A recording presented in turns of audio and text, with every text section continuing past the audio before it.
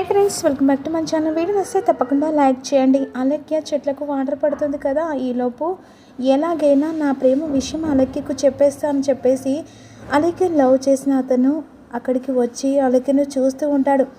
ఈలోపు కిట్టు అలా బయటకు వస్తాడు కదా, అలక్య చెట్లకు వాటర్ పడుతూ ఉంటుంది. అలక్యను ఒక్కసారిగా అలా మరిపించి చూస్తూ ఉంటాడు. అలక్యను మరిపించి ఒక్కసారిగా అలక్య గురించి మాట్లాడుకుంటాడు కిట్టు.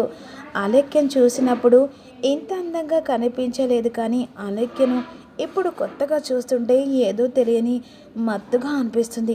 తనను ఒకసారి హగ్ చేసుకోవాలనిపిస్తుంది అని చెప్పేసి కృష్ణ అనుకుంటూ ఉంటాడు. 200 కోట్లు ఉన్నాయి తర్వాత నా కళ్ళకు దేవతలా కనిపిస్తుంది అలక్య అని చెప్పేసి కృష్ణ అలక్య చూసుకుంటూ అనుకుంటూ ఉంటాడు. ఎవడికి సొంతం అవుతుందో కానీ వాడు చాలా అదృష్టం, అబో చెప్పలేను, ఇక ఆలోచించడం కూడా ఊహించకుండా జరిగిపోతుంది అని చెప్పేసి ఈ విధంగా అలక్యను చూస్తూ కిట్టు అనుకుంటూ ఉంటా. వాడి రేంజ్ మారిపోతుందని చెప్పేసి ఈ విధంగా అనుకుంటూ అలక్య దగ్గరికి వస్తూ ఉంటాడు కృష్ణ. ఈలోపు లవ్ చేసిన అబ్బాయి అలక్య అలక్య అని చెప్పేసి పిలుస్తుండగా అలక్య చూసి ఏంటి ఏం కావాలని చెప్పేసి అడుగుతుండగా అప్పుడు వాడి చేతిలో ఉన్న లెటర్ ఇస్తాడు కదా. ఇక ఏంటిది అంటే, నేను చాలా సంవత్సరాల నుంచి చాలా ప్రేమిస్తున్నాను, అయినా నువ్వు నన్ను పట్టించుకోవట్లేదు. ఏంటి, నీవు నన్ను ప్రేమిస్తున్నావా? అవును అలక్య, నా ప్రేమ మొత్తం ఈ లెటర్లో రాసి పెట్టాను, ఒక్కసారి చదువు. ఏంటి, నీ ప్రేమ మొత్తం ఈ లెటర్లో రాసి పెట్టావా? అసలు నీ మొహం అద్దంలో ఎప్పుడైనా చూసుకున్నావారా? నీ పొజిషన్ ఏంటి? అది ఈ అలక్యను ప్రేమించడమా? చెప్పు తీసుకొని కొడతానని చెప్పేసి ఈ విధంగా అంటుండగా అలక్య, నువ్వు లేకపోతే చచ్చిపోతావా? నువ్వు చచ్చిపోవడం కాదురా, నేనే నిన్ను చంపేస్తా అని చెప్పేసి ఈ విధంగా వాడి పీక పిసుకుతూ ఉంటుంది. అలక్య, వదులు, ఇంకొకసారి నా జోలికి వచ్చావనుకో చంపడం కాదు, రివాల్వర్తో షూట్ చేస్తా, అక్కడికక్కడే చచ్చిపోతావు.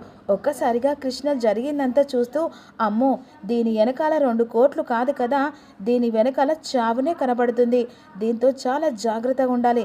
అయినా దీన్ని పట్టుకుందామని అనుకున్నాను, కానీ ఇప్పుడే ఈ మధ్యలో ఇంత యాంగిల్లో ఇలా చూస్తానని ఎక్స్పెక్ట్ చేయలేదు అని చెప్పేసి కృష్ణ అనుకుంటూ ఉంటాడు. అలక్య, ఇక నీ మొహం కూడా చూడను, నీ ప్రేమ వద్దు, నువ్వు వద్దు, ఇంకొకసారి చుట్టుపక్కల కనిపించావనుకో ఇక్కడ చంపి పాత్ర పెడతానని చెప్పేసి వార్నింగ్ ఇచ్చి అలక్య వస్తుండగా ఈలోపు కృష్ణ వెళ్ళిపోతాడు. ఏంటి ఇక్కడికి వచ్చి నిల్చున్నావు ఏంటి అని చెప్పేసి అంటుండగా, అబే ఏం లేదు. ఏంటి మరి నాతో ఏమన్నా మాట్లాడానా? అబ్బే ఏం లేదులే, ఏదో మాట్లాడాలనుకున్నా, నా నిజం బయటపడితే వానికి జరిగిన గతే నాకు జరుగునేమో. ఏంటి ఏమనుకుంటున్నా?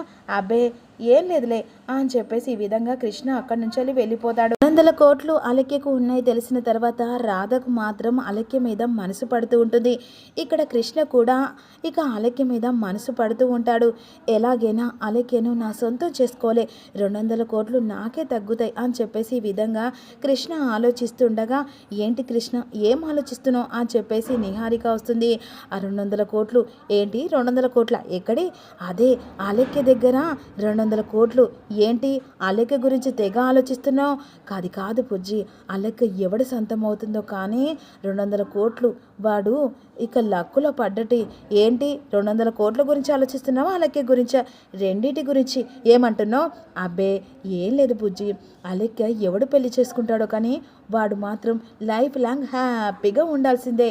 అవును, ఇదేంటి గాలి ఎటో మరలుతుంది?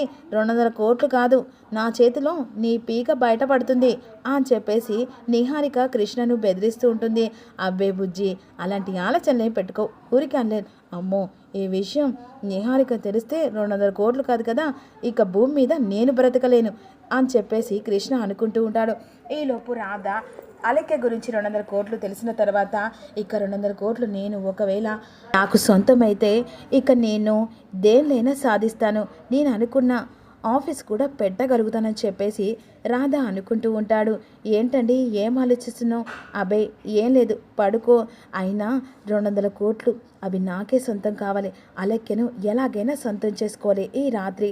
ఒకవేళ ఆ 200 కోట్లు నాకు సొంతమైన అనుకో, అలక్య కూడా నాకు సొంతం అవుతుంది, అలక్య సొంతం అవుతుంది, 200 కోట్లు కూడా సొంతమవుతాయి. ఏంటండి తెగ ఆలోచిస్తున్నారు అప్పటి నుంచి అని చెప్పేసి లావణ్య అడుగుతుంటుంది. అబ్బే ఏం లేదు, నువ్వు పడుకో అని చెప్పేసి ఈ విధంగా అంటుండగా పెద్దరాజు అలక్య 200 కోట్ల గురించి వసంతతో మాట్లాడుతూ ఉంటాడు. అమ్మో, తక్కువదనుకున్నాను, ఆస్తి 200 కోట్లు. అవునండి, అసలు అలెక్య మన ఇంటి కోడలైతే 200 కోట్లు కూడా మనకు దక్కే. అవునండి, ఇక ఎప్పుడు ఆ అదృష్టం కూడా మిస్ అయిపోయింది. ఆ ముష్టిది ఆ అవని ఊరికే వచ్చింది. అదే అలెక్యను శ్రీకర్ గారు పెళ్లి చేసుకుంటే 200 కోట్లు కూడా వారసుడు మనకు కూడా ఇంత షేర్ వచ్చేది. అవునండి, ఎలాగైనా మనం ఆ 200 కోట్లు కూడా మనం చూసేవాళ్ళం. సర్లే, ఈ మాట్లాడుకొని ఏం లాభంలే అని చెప్పేసి ఈ విధంగా అనుకుంటుండగా ఈలోపు ఇక శ్రీకర్ ఆఫీస్ నుంచి వెళ్ళి అలా డల్గా వస్తాడు కదా. ఏంటి బావా, ఫ్రెష్ అప్ వస్తే ఇక భోజనం చేస్తూ వద్దామని చాలా టైర్డ్గా ఉన్నాను. ఏంటి బావా డల్గా ఉన్నావు? ఏం లేదవని, నా కొలీగ్స్ ఒకడు తను పెద్ద ఆఫీస్ పెట్టాడట.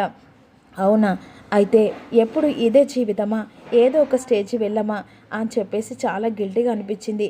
ఒకప్పుడు వాడు జస్ట్ నౌకరి, ఆ తర్వాత వాడు ఒక పెద్ద పాపులర్ అయ్యి ఇప్పుడు పెద్ద కంపెనీలే, అది 100 కోట్లతోనట. అది మనకెప్పుడు వస్తుందో ఏంటో.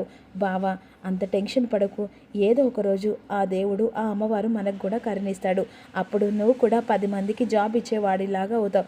ఇప్పుడు దాని గురించి ఆలోచించకులే అని చెప్పేసి అంటుండగా, లేదవని, ఎలాగైనా 100 కోట్లు కావాలి, నేను కూడా ఒక 10 మందికి జాబ్ ఇచ్చటంలాగా కావాలి అని చెప్పేసి ఈ విధంగా ఆలోచిస్తూ ఉంటుంది. బావా, చెప్పాను కదా, అమ్మవారి కరుణ కటాక్షం ఉంటే ఎలాగైనా ఇక నీకు ఆ 100 కోట్లు చెప్పలేం, అమ్మ ద్వారానే రావచ్చు అని చెప్పేసి ఈ విధంగా అంటుండగా జంగమయ్య అనుకుంటూ ఉంటాడు. అవని, నీ మాట మాత్రం నిజం. నీకు తల మీద ఎన్నో భారాలు మిగిలిపోతున్నాయి. ఆ భారం వెనక కష్టం ఉంటుంది. ఆ కష్టం వెనకాలనే నువ్వు చాలా కుంగిపోతావు. నువ్వు అనుకొని తలరాత కూడా వస్తుంది. ఆ తలరాతలో నీ భర్త తలరాత కూడా మారిపోతుంది అని చెప్పేసి జంగమయ్య అనుకుంటూ ఉంటుంది. ఇక జంగమయ్య ఈ విధంగా అంటూ ఉంటాడు. ఆ తలరాత వెనకాల నీ ఇంటికి వారసుడు కూడా రాపోతున్నాడు.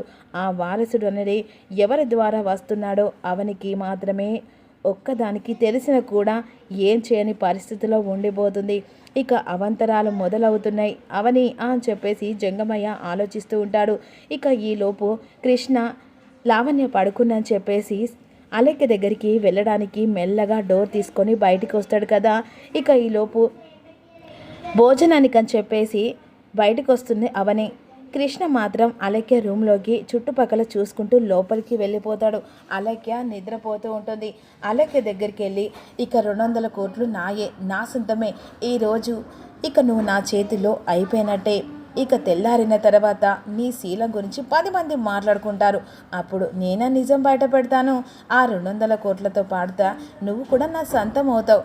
ఇదే నా టార్గెట్ అని చెప్పేసి పడుకున్న అలెక్య దగ్గరికి వచ్చి అలా మెల్లగా పడిపోతూ ఉంటాడు. సరిగా లావణ్యకు మెలక వస్తుంది. ఏమండి అని చెప్పేసి పక్కకు చూస్తుంది. వాష్రూమ్లో చూస్తుంది. ఎటెళ్ళాడని చెప్పేసి బయటకు వచ్చి రాధ అని చెప్పేసి పిలుస్తుండగా ఇక రాధ మాత్రం అలెక్య గదిలో ఉండిపోతాడు. రాధ అని చెప్పేసి లావణ్య పిలుస్తుండగా అలెక్య దగ్గరకు వచ్చిన రాధ అలెక్యకు ముద్దు పెడుతుండగా ఒక్కసారిగా ఆ పిలుపు విని షాక్ అయిపోతాడు రాధ. మంచి ఛాన్స్ మిస్ అయిపోయింది. లావణ్య లేచినట్టుంది. తను చూడక ముందుకే మనం బయటికి వెళ్ళిపోతే మంచిది అని చెప్పేసి రాధ అనుకుంటూ ఉంటాడు. రాధ అలెక్య గదిలో నుంచి వస్తుండగా ఇక బయటకు వచ్చిన అవని రాధను చూసి ఒక్కసారిగా షాక్ అయిపోతుంది. అటువైపుగా లావణ్య కూడా అలెక్య గదిలో నుంచి రాధను చూసి షాక్ అయిపోతుంది. పెద్ద బావ అలెక్య రూమ్లో నుంచి వస్తున్నాడని చెప్పేసి అవని ఒక్కసారి షాక్లో ఉండిపోతుంది. రాధను చూసిన లావణ్య కోపంతో రాధ దగ్గరికి వెళ్తూ ఉంటుంది. రాధ అలెక్య గది నుంచి బయటికి వస్తాడు కదా. ఒక్కసారిగా రాధ తన రూమ్ దగ్గరికి వెళ్తుండగా ఎదురు పడుతుంది లావణ్య. లావణ్యను చూసి రాధ షాక్ అయిపోతుంది. ఇక ఒక్కసారిగా అవని మరోవైపు షాక్లో ఉండిపోతుంది. ఏంటి ఈ టైంలో అలెక్య గది నుంచి వస్తుందని చెప్పేసి లావణ్య అడుగుతూ ఉంటుంది. మరి రాధ ఏ సమాధానం చెప్పబోతుంది?